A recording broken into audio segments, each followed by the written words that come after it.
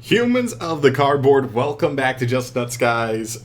New reveals tonight. We have technically, I think, a brand new archetype here. This is for Rage of the Abyss, of course, and it looks like potentially normal monster support. The only one I've seen so far is the main deck monster here, but there's a couple spells, one trap card.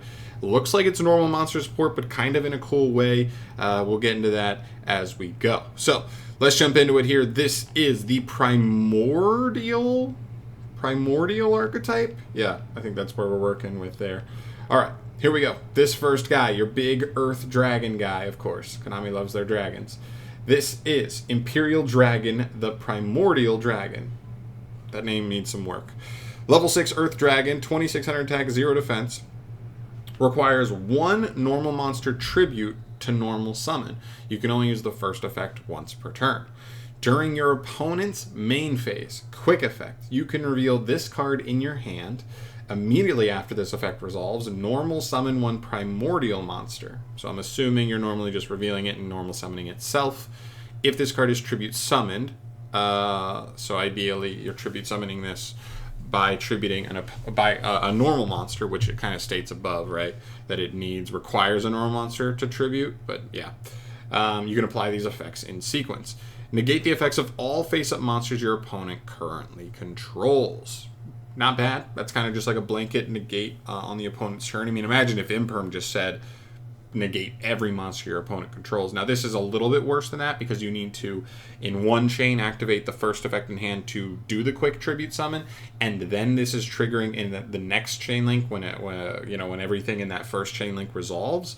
This is resolving later or activating in another chain link just to try and negate stuff. So it's not as good. You can't like respond to an already activated effect and get some good negation, but still, blanket negating everything, it has some value.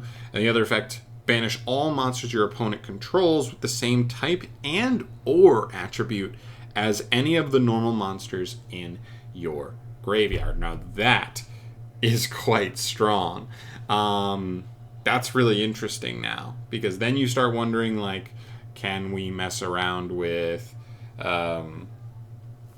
like playing just any normal monsters we like that are dark.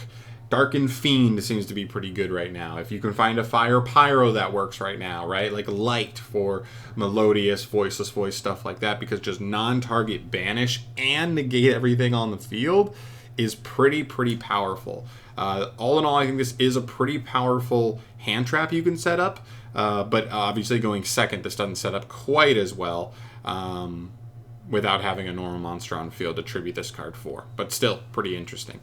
All right, cool. Very interesting first card. Let's see how well we can set it up with the rest of the cards here. It's the only main deck monster. Next, we look at a continuous spell called Primordial Imperial Load. Okay. Continuous spell, first and third effects are hard once per turns. When this card resolves, add one primordial card from your deck to your hand. Okay, so that's the monster, but I'm assuming some of these other spell and traps are also search targets as well, so we'll see how those go, but that's already a really good first effect. Normal monsters and primordial monsters you control gain 300 attack for each normal monster in your graveyard with different names. Okay, that's not bad. Whoa. All right, I get it. I need more. I need to re-up my protection, whatever. All right, that's fine. That affects nothing crazy. That's just your bonus third effect for the most part, I'm assuming. And the third effect, you can declare one normal monster's name. Special summon one normal monster with that name from your hand, deck, or graveyard. Also, you cannot activate special summoned monsters' effects for the rest of this turn. So you can still special summon, you just can't activate any more special summon effects.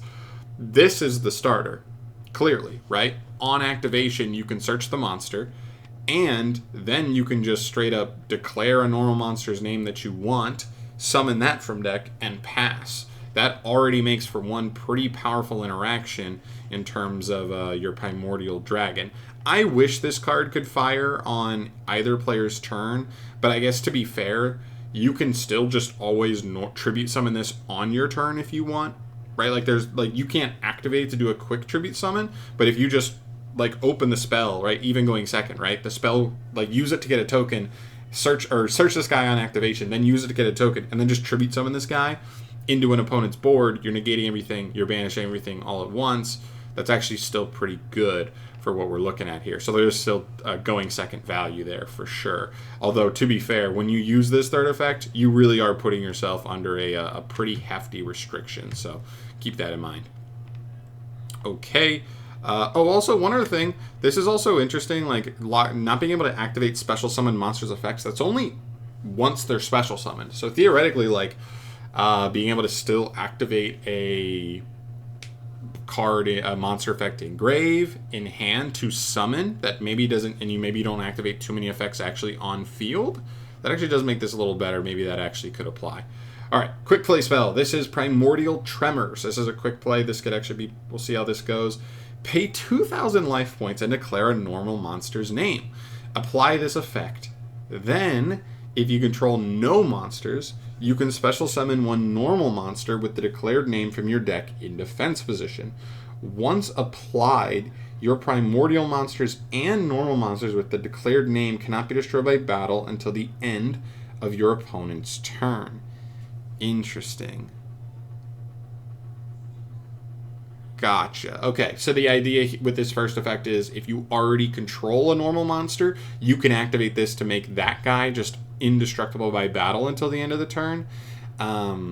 Or if you don't control anything at the moment, you do get to summon one, and then it still gets the protection. Okay, cool. If your opponent normal summons a monster, you can banish this card from your graveyard, then target a normal monster you control or in your graveyard. Banish one monster on the field with lower attack. Ooh, that's kind of interesting. So this can sort of be like a, I want to say like bottomless trap hole-esque card, where it even has like an attack point restriction. But if your opponent just normal summons something, you can just target a normal monster you control or engrave, and then just banish anything with a lower attack. That's pretty nice. To like also add on to this, the fact that this is already like low-key a starter in this deck anyway, right? Just like, you know what I mean? Jump right in with a special a token right out the gate, which is already good for the deck. Gives you a body, and then also no restriction on this one. So even just if you're doing other things with a combo, get to go in on that end. I am already thinking some interesting things in terms of synergy here. But yeah, and then yeah, having that extra interruption effect engrave, not bad. This card also seems like a decent like extender / potentially starter. I don't think it's a full-on starter on its own. It might be. We'll get to that. All right, next up we have Primordial Schiller. This is another quick play spell card. You can only use the first and second effects of this card's name once per turn as well. Reveal one normal monster or primordial card in your hand, except for primordial question mark. I don't know what that means. I guess they maybe just couldn't read it. They're not sure. There's probably another copy of itself. You probably just can't reveal another copy of itself, which is kind of a bummer, to be honest. Like, that makes this card less clunky to open at 2 copies of it, but whatever. Okay, so you reveal one normal monster or a primordial card in hand, then target a face-up card on the field. If you control a normal monster or a level 5 or higher primordial monster, except a token, you do not have to reveal a card. Negate its effects, and if you do, banish it. Whoa. Wow. Okay. Huh. That's not terrible. I mean, this is a quick play spell that negates any card on the card, so this can even chain to an activated spell or trap card, negate it, and then banish it. This card's got some legs. Wow, all these cards are like pretty decent for what they are. All right, second effect. During your main phase, if you control a primordial monster, you can set this card from your graveyard. Sure, we'll take it. Nothing wrong with that at all. Yeah, I don't hate that. And last effect, last card here. Yeah, so honestly, this card decent. Like, this is an interactive card. This card's like an engine card. This card's obviously an engine card. Interaction card. Interaction card. I don't hate them. I don't hate them. And the fact that this card could just reset itself like every turn if you just control a primordial, it's pretty decent. The one thing I wish is like, I wish the deck had a way to like get this guy back into hand, like via like super easily via the engine, right? So that way you can use his effect to like really like really have a pretty powerful interaction on the opponent's turn, but then just reload him in hand, because like you could have him on field, right? Add this card back, so now you have and have this interruption back, but then maybe a way to return him to hand, so that way you have both for your opponent's next turn could be nice, because other than that, I don't see a ton of ways for this deck to put like a ton of damage on board. But anyway, all right, last card we have here is Primordial Opener. This is a normal trap card. You, no hard ones returns or anything. Declare one normal monster's name. Apply this effect, then if you control no monsters, you can special summon one normal monster with the declared name from your deck or graveyard. Awesome. Once applied, you take no battle damage from battles involving your normal monster with the declared name and primordial monsters this turn. Okay, fine. Yeah. But this is also weird, though. Like, I don't really want to end on no monsters. So, like, activating this, you know what I mean? Like, activating this while you control a monster feels kind of bad. So I don't know. I mean, like, I guess it does just get you the body, get you the normal monster if you need it. But it's still a little awkward there. All right, and second effect, during your opponent's turn, you can banish this card from your graveyard, then target one normal monster you control. Or in your graveyard, take control of one monster your opponent controls with higher attack until the end phase. Ooh. Okay. So this is just a quick snatch steal. Well, I guess not even snatch. It's like a quick... it does target, right? No, it doesn't even target. Oh, no. Yeah, it targets your monster. It doesn't even target your opponent's monster. So this is kind of like a quick change of heart. Jeez. Yeah, okay. That's not bad either. I mean, this is easy. I mean, like, we have the ability to play weaker normal monsters to make an effect like this live, or more live to hit more things if we want. Or we can also play a higher attack normal monster to make an effect like this more live. I think that's pretty cool either way. Yeah, all in all, though, pretty cool, honestly. Okay, so interesting archetype. 5 cards, not much, but honestly, I would say almost every card here definitely has value. I think the trap is maybe the weakest one to me. It's just a little bit slower than the rest of them, but even then, it like still has value. Decent interruption in grave. The ability to put a body on field, even though it is conditional to you having no bodies on field already. And then I like all 3 of the spells. I think the monster is interesting. It doesn't seem to have legs on its own, so like I don't know exactly what we're doing. Like what the best idea to combine it with. The first thing I thought of was maybe Fiendsmith, because there's already a bunch of generic cards out there like. Unexpected Die to just summon any level 4 or lower vanilla straight out of the deck. There's that one spell that's like reveal. It's like send a normal monster to add a normal monster or something like that. So it's like technically we already have a Rhoda for vanillas. We have an E-Telly for vanillas. There's other ways to get vanillas. Also, I don't know the ruling as much on on tokens. Now, getting even if a token does count as a normal monster, that means it'll count at least for your Primordial Dragon, but it may not count quite as well in terms of any of the effects that really need his effect needing vanillas engraved to wipe to banish monsters, or any of these other effects that need to check a stat of a normal monster engrave. So there's that. But does that mean the adventure package is something interesting?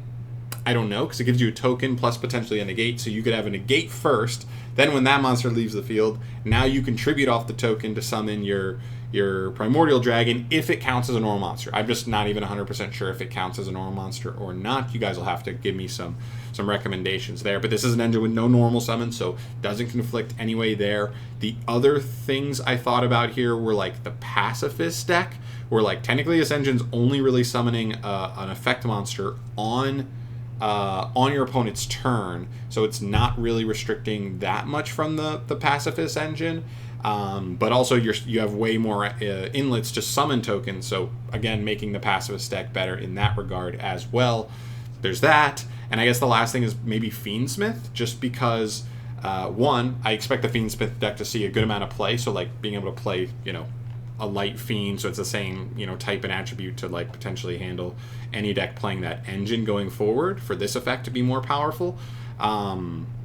could be nice. And there's the vanilla Duston. It's just one of the Duston monsters. It's a light fiend, so you could play, you know what I mean? You could play Unexpected Die for that. That can connect you to the Fiendsmith engine, and as long as you do the Fiendsmith engine stuff first, the restriction on this effect, the main starter card, the continuous spell, is only for the rest of the turn once you use it. So you can just save this for after you already try to do some Fiendsmith stuff, set up your Caesar or whatever, and then you're kind of off to the races. I think there's definitely I definitely think there's an open avenue here. I just don't know what the best way is yet. If there's any other options too that you can think of that just like already naturally play like vanillas and kind of doesn't play into too much of the restrictions here, I'd love to hear your guys' thoughts on that stuff as well.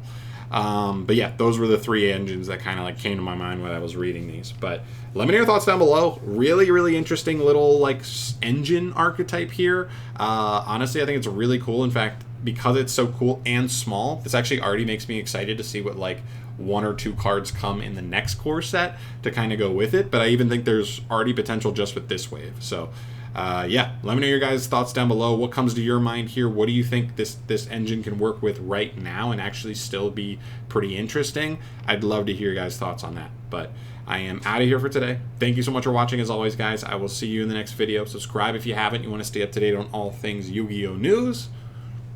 Peace.